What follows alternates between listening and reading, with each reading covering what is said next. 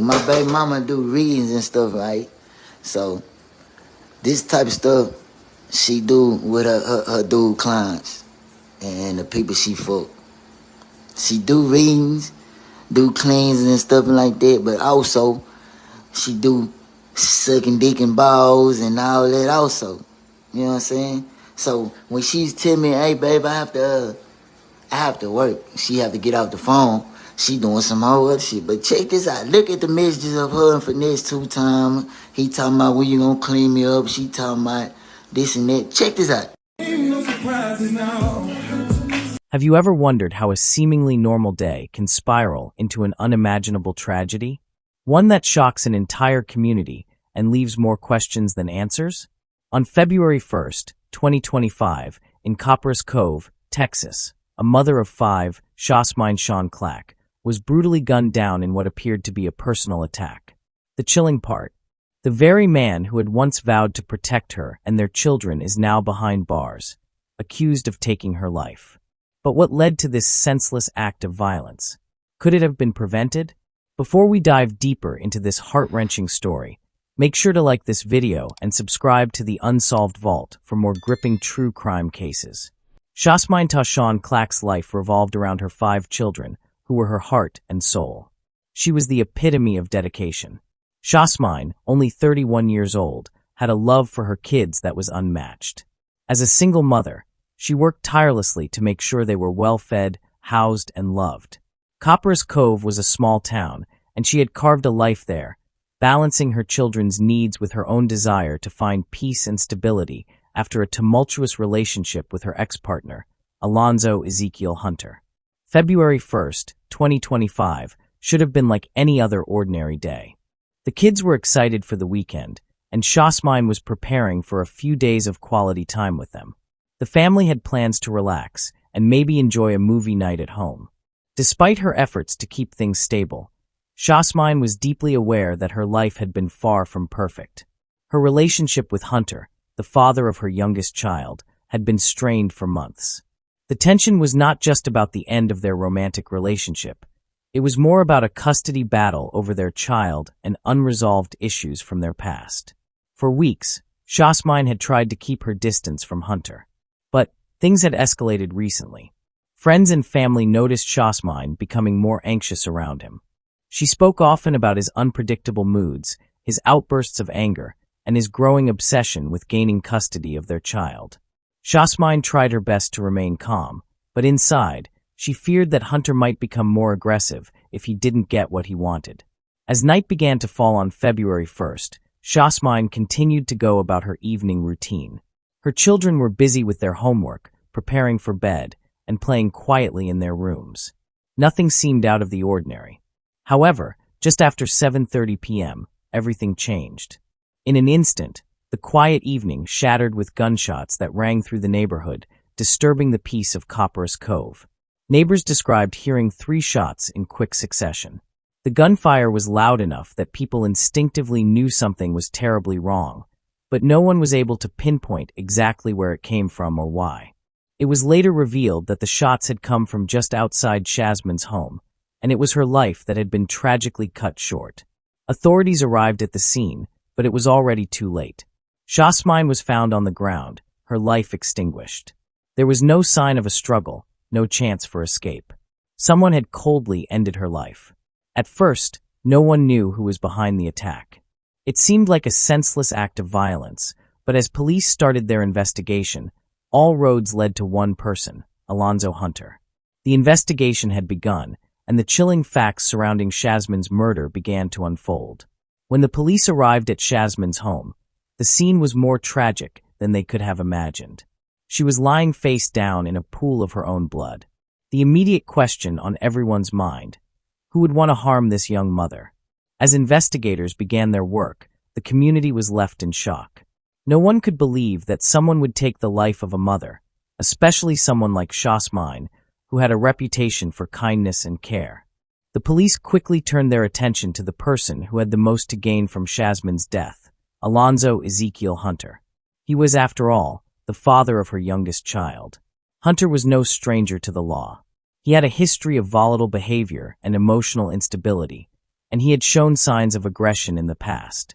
This wasn't the first time he had caused trouble, nor was it the first time Shasmine had been afraid of him. In fact, Shasmine had spoken openly to her friends and family about her fears. She had expressed concern about Hunter's erratic behavior and how he was becoming more obsessed with their child's custody arrangements. She had begun to fear that he might go to extreme lengths to gain control. Despite these concerns, Shasmine was a strong woman who tried her best to maintain a sense of normalcy for her children. She refused to let Hunter control her life. Hunter was initially questioned by the authorities, but he denied any involvement in the shooting.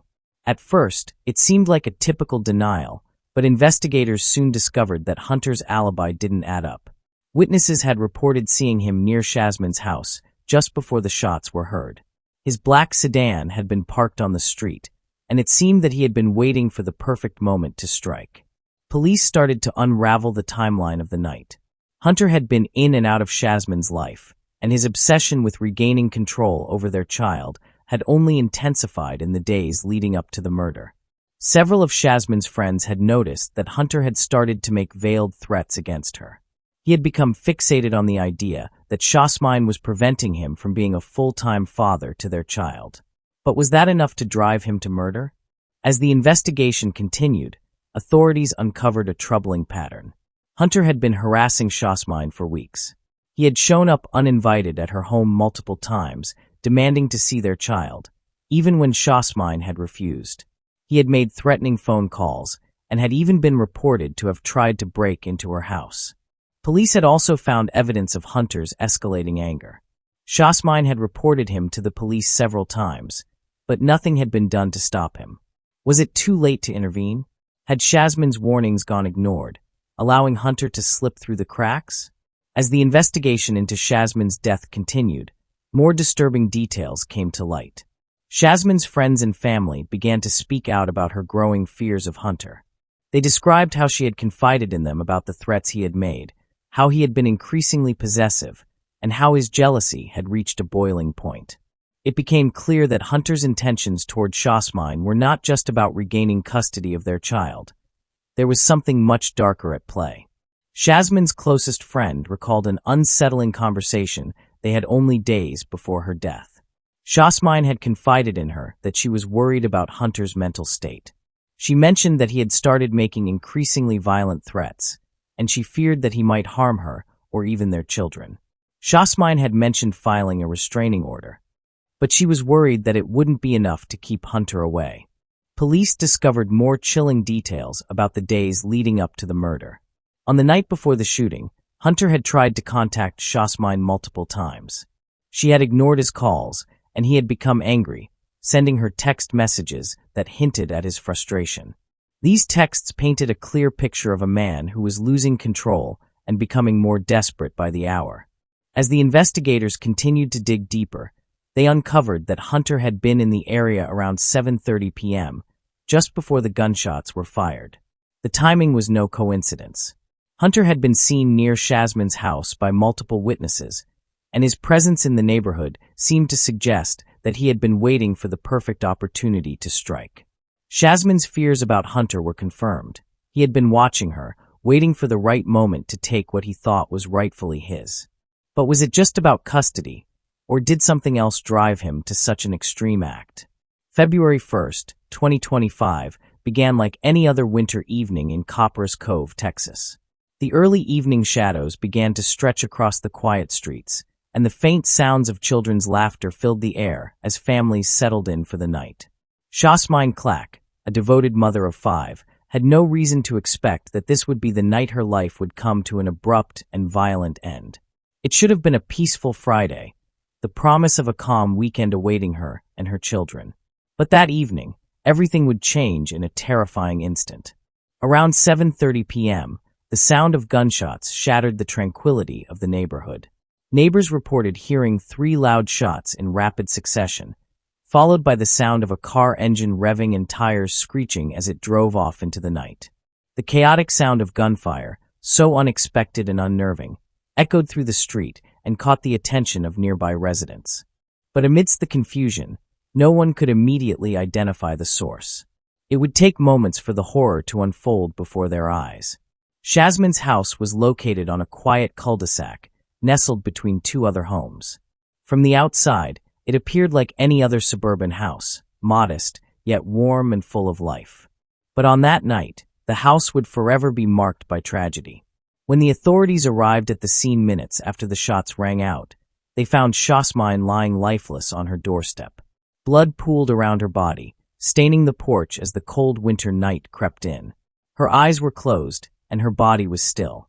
The love and energy she had poured into her 5 children had been extinguished in an instant. Shasmine had been shot multiple times, with wounds to her chest and abdomen, fatal injuries that had left her no chance to escape. She hadn't fought back. The lack of defensive wounds suggested that she had been ambushed, taken by surprise. But by whom? The initial suspicion quickly turned to Alonzo Ezekiel Hunter, the father of her youngest child. He had been seen near her home earlier in the evening, and his whereabouts after the shooting remained unaccounted for. The immediate question was whether Shasmine had seen her attacker before the shooting. Had she known who was out there waiting for her? Did she even have time to react? The investigators soon learned that Shasmine had been living in fear of Hunter for months. As the case developed, chilling details began to emerge about the state of their relationship in the weeks leading up to her death. Hunter and Shasmine had been engaged in a tumultuous battle over the custody of their child, and things had escalated to a boiling point. While Shasmine had worked to protect her children from his volatile behavior, Hunter had grown more and more desperate in his attempts to gain full custody. His behavior had become increasingly erratic and aggressive, a pattern that had begun months before Shasmine's death. Neighbors and friends recalled seeing him loitering near Shasmine's house on several occasions, his temper flaring whenever things didn't go his way. Shasmine, worried for her own safety and the safety of her children, had taken steps to protect herself. She had filed multiple reports about Hunter's behavior and even began to explore the idea of getting a restraining order against him. But despite these precautions, she could not escape the fear that clung to her. In fact, one of her closest friends recounted a chilling conversation they had had just days before her death. Shasmine had confessed that she feared for her life and felt trapped, unsure of how to escape the increasingly dangerous situation she found herself in. The police quickly learned that Shasmine had indeed filed a report about Hunter's threats just days before the shooting. She had expressed concerns that Hunter might do something drastic if he couldn't regain control over their child's custody situation. The authorities had even paid a visit to Hunter's apartment, where they had warned him to stay away from Shasmine and her family. But clearly, those warnings had not been enough. When the police began piecing together the timeline of the events that night, it became more and more evident that Hunter had planned the attack. Surveillance footage from a nearby street camera showed a black sedan, Hunter's vehicle, parked a few blocks away from Shasmine's home around 7:20 p.m. The camera recorded the car idling for a few minutes before it sped off shortly after the gunshots rang out.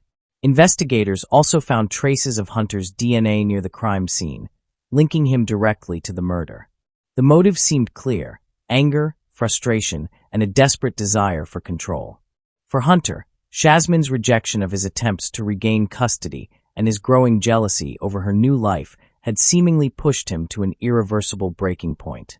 But the investigation was far from over.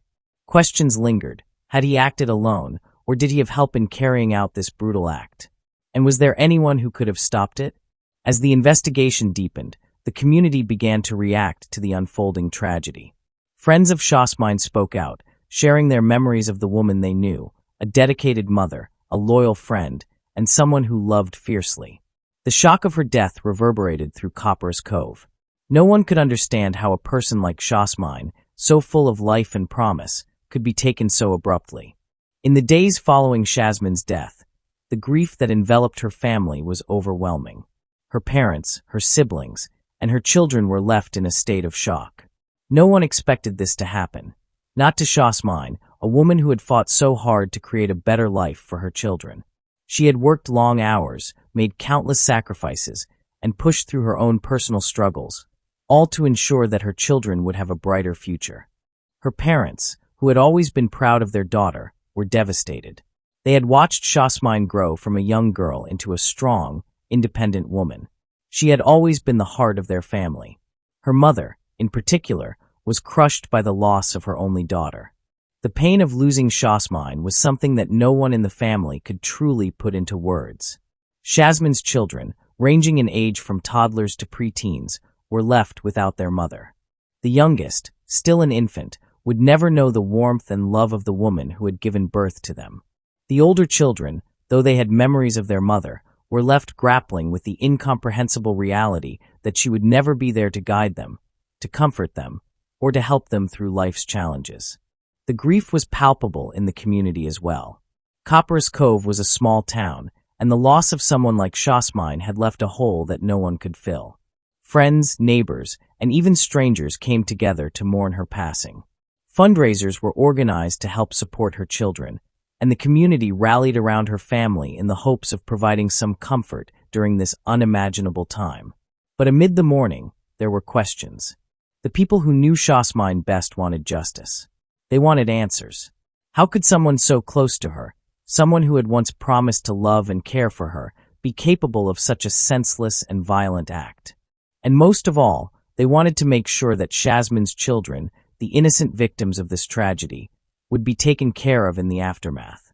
Her parents took the lead in caring for Shasmine's children, vowing to raise them with the same love and devotion that Shasmine had. They made sure to keep her memory alive for the children, telling them stories about their mother's kindness, her sense of humor, and her determination to build a better life for them. But the pain of missing her was a constant presence, a shadow that hung over every conversation, every smile, and every memory. The tragedy of Shasmine's death was compounded by the knowledge that it could have been prevented. Friends and family members who had witnessed the escalating tension between Shasmine and Hunter had tried to warn her. They had encouraged her to take more legal action, to be more vocal about her fears, but she had always believed that she could manage the situation on her own. She had never imagined that Hunter would take things this far. And yet, here they were, reeling from the loss of a woman who had meant so much to so many, trying to make sense of a senseless crime. Shasmine's family was left to pick up the pieces, knowing that no amount of love or support could ever bring her back. As the months passed after Shasmine's death, the question of justice remained at the forefront of everyone's mind. The arrest of Alonzo Ezekiel Hunter had brought some sense of closure to the case, but for Shasmine's family, justice felt like an elusive goal. They knew that nothing would bring Shasmine back, and no sentence would undo the pain they had suffered. Hunter had been arrested shortly after the shooting, his alibi falling apart under scrutiny. Surveillance footage, witness statements, and forensic evidence all pointed to him as the sole perpetrator of the crime. His trial was set to begin later that year, and the community braced itself for the painful process of reliving Shasmine's final moments in the courtroom. For Shasmine's family, however, the trial was not about vengeance. It was about accountability. They wanted to ensure that Hunter faced the consequences of his actions, that his violence did not go unpunished. But even with Hunter behind bars, the family knew that their lives would never be the same. The loss of Shasmine was a wound that would never fully heal. As the trial loomed, the community continued to show its support for Shasmine's family. People from all walks of life came forward to share their stories, their memories, and their grief. The local community center held memorials for Shasmine, and her children were never far from the thoughts of those who had loved her. In the end, Shasmine's family found solace in the fact that her memory would live on. Her children would grow up knowing the love their mother had for them, and they would carry that love with them every day. And while justice was still to be served, the people who knew Shasmine best would continue to honor her legacy, ensuring that her story would never be forgotten. As the haunting story of Shasmine Clack unfolds, it's clear that the search for justice is far from over. Her children, her family, and the community of Copperas Cove are left to grapple with a tragic loss that should never have happened. Yet, through the pain, there is hope that Shasmine's memory will live on, and her children will grow up knowing the love and strength she gave them. But the story doesn't end here. The search for closure continues, and the trial of Alonzo Ezekiel Hunter will be a pivotal moment in this fight for justice. Thank you for watching the Unsolved Vault. If you found this case as chilling and heartbreaking as we did, don't forget to like this video and subscribe to our channel for more true crime stories. Your support helps us continue sharing these untold stories and unraveling the mysteries that remain unsolved. We'll be back soon with more chilling cases, and we hope you'll join us as we continue to seek the truth. Until then, stay safe, and remember, some stories never get the closure they deserve.